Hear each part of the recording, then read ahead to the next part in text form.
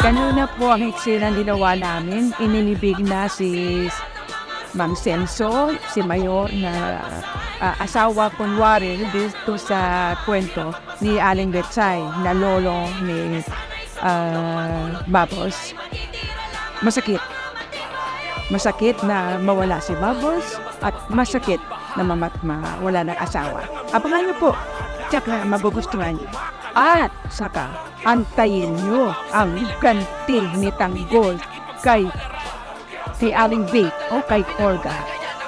Yun ang dapat niyong abangan. Tingnan natin, kaganti talaga si Tanggol. Hirap ng buhay ay kasama na sa aking kapanata pero Today ang ginawa namin, kinuha namin ang katawan, kabaong ni Bubbles. Ang bigat pala. Oo, na initially inagaw ni Olga para ilibing sa puntod, katabi ng kanyang kapatid.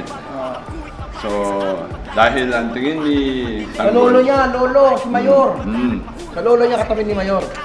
Hindi, dahil ang tingin ni Tanggol, gusto ni Bubbles, mas gugustuhin niya Bubbles at masasaya siya kapag malibing siya katabi ng kanyang lolo na si Mayor, si Mang Celso.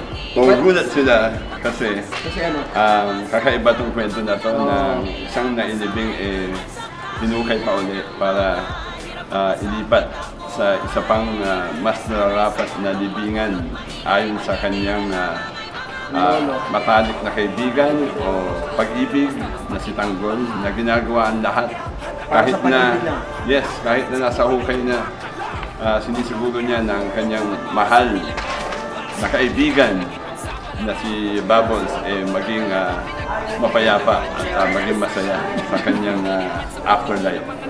So magiging very action filled, hindi siya madali.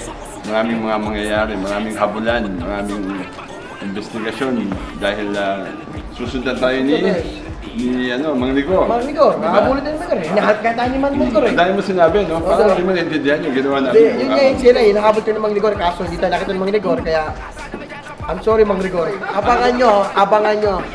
Marami pang eksena na sobrang exciting kaya Oo nga. abangan nyo sa Batang Quiapo. Oo nga. So, sa lahat po ng mga kapamilya na sumusuporta, nanonood at talagang binibigay ng oras nila sa aming pinakamamahal na show ng Batang Quiapo. Maraming salamat po. Nandito po kami para magbigay ng saya. Abangan nyo pa ang mga susunod na eksena, mga episode dahil talagang exciting, action-packed at nakakaiyak. Sana'y sa mundong